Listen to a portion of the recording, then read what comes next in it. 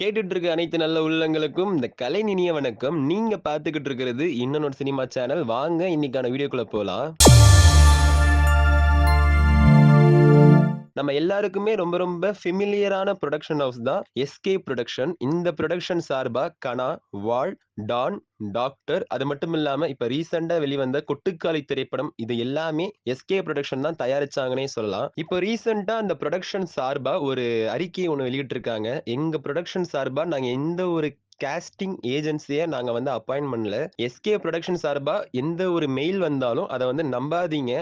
நாங்க SK production சார்பா எந்த ஒரு கேஸ்டிங் ஏஜென்சியும் நாங்க அப்பாயிண்ட் பண்ணல அப்படின்னும் சொல்லிருக்காங்க. இதே மாதிரி ரீசெண்டா இயக்குனர் பிரதீப் ரங்கநாதன் அவங்களும் இன்ஸ்டாகிராம்ல ஒரு ஸ்டோரி போட்டிருந்தாங்க. நான் எந்த ஒரு ஆடிஷன் காலும் வைக்கல. நான் எது வச்சாலும் என்னுடைய அபிஷியல் பேஜ்ல நான் சொல்லுவேன். எதையுமே நம்பாதீங்க அப்படின்னும் சொல்லிருக்காங்க. இப்ப ரீசெண்டா இந்த சோசியல் மீடியா இப்ப இருக்கிற இந்த ஜெனரேஷன்ல ஏகப்பட்ட ஃபேக்கான காஸ்டிங் காலா இருக்கட்டும், இல்ல ஃபேக்கான காஸ்டிங் ஏஜென்சி எல்லாமே உலா வந்துகிட்டு இருக்குன்னே சொல்லலாம். எதுல நீங்க இப்போ ஒரு காஸ்டிங் ஏஜென்சிய நீங்க அப்ரோச் பண்றீங்கன்னா, அது ப்ராப்பரா இருக்கா? அது ப்ராப்பரா அந்த புரொடக்ஷன்ல இருந்து தான் சொல்றாங்களான்றத வெரிஃபிகேஷன் பண்ணிட்டு, அதுக்கப்புறம் என்னென்ன ப்ரொசீஜர் இருக்கு அதெல்லாம் பார்த்துக்கோங்க. ரீசென்ட்டா எஸ்கே அவர்கள் அமரனுக்கான ப்ரமோஷன்ல ரொம்ப ரொம்ப பிஸியா இருக்காங்கன்னு சொல்லலாம். அவங்க எதிர்த்து வர கேள்வி எல்லாருமே ரொம்ப கூலா ஹேண்டில் பண்றாரு. இப்போ உதாரணத்துக்கு நீங்கன்னா அடுத்த தளபதி அப்படின்னு சொல்லும்பொழுது, ஒரு தல தான், ஒரு தளபதி தான், ஒரு சூப்பர் ஸ்டார் தான், ஒரு உலக நாயகன் தான் அப்படின்னு சொல்லிருக்காங்க. அமரன் திரைப்படத்துக்காக நீங்க எவ்வளவு ஆர்வமா வெயிட் பண்றீங்கன்னு கீழ கமெண்ட் பண்ணிட்டு போங்க. தொடர்ந்து இந்த மாரி வீடியோக்கள பார்க்க இன்னொன்னு சினிமா சேனல சப்ஸ்கிரைப் பண்ணுங்க.